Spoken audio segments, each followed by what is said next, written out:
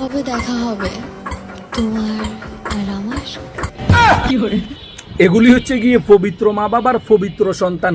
এইগুলির মা বাবা যেমনটা শিক্ষা দিছে তেমনটাই আপনাদের সাথে আচরণ করতেছে। এই জন্য আল্লাহ পাক রব্বুল আলামিন সুন্দর করে হাদিস ও কোরআনের মধ্যে লেখা দিছে, যদি তোমার লজ্জা না থাকে তাহলে তুমি যাহা ইচ্ছা তাহাই করতে পারো। আর সবচাইতে বড় কথা হচ্ছে সেই একজন টিকটকার, সে যদি নিজের ফ্যাটটা না দেখাইয়া সোশ্যাল মিডিয়ার মধ্যে 2-4 টাকা ইনকাম না করে, বেলা শেষে 2 মুঠো ডাল ভাত খেতে পারবে না।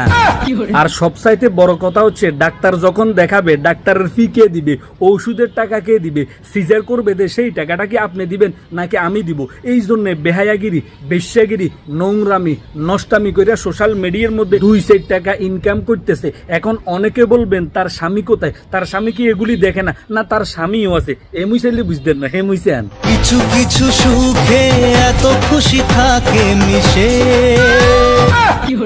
মানে এইটা দেখার পরে বুঝতে পারলাম আল্লাহ পাক শয়তানের লগে শয়তান মিলে, বেশ্যার লগে বেশ্যা মিলে, নোংরার লগে নোংরা মিলে। না হলে যেখানে আল্লাহ পাক রব্বুল আলামিন বলছে একজন মহিলা যদি গর্ভকালীন অবস্থায় তার পেটটা মানুষকে দেখাইয়া চলাফেরা করে, তাহলে সেই মহিলার গর্ভে যে সন্তানটা আসবে সেই সন্তানটা হবে চরিত্রহীন, লম্পট, খারাপ। এইগুলি শোনার পরে, এইগুলি দেখার পরে অনেক ভাইয়ে বলতে পারেন, ভাইয়া মেয়েটা কেডা, আমরা তো তারে চিনলাম না, তারা একটু খুলি দেখান তো। না সরি, তার পরিচয়টা একটু খুলে বলেন তো। এমুই চাইলে বুঝবেন নি, হেমুই চান। আমার ভালোবাসা তো ভুল ছিল না। জি ভাইয়েরা, উনি হচ্ছে আপনাদের মাছ কাপা, যিনি চোখের চিমটি কাইটা আপনাদের ফাঁকি নিয়ে গেছে, না সরি, আপনাদের মনটা কেড়ে নিয়ে গেছে। উনি সামান্য ভিউজের জন্য, সামান্য টাকার জন্য নোংরামি, বেশ্যাগিরি শুরু করে দিছে। বর্তমানে উনি সোশ্যাল মিডিয়ার মধ্যে এমন নোংরামি শুরু করছে, এমন নষ্টামি শুরু করছে, এখন আর মুখের মধ্যে মাস্ক লাগে না। মাস্ক তো পরের কথা, গায়ের মধ্যে অন্যও রাখে না। এমুই বেটকে ছেলে বুঝবেন নি, হেমুই চান।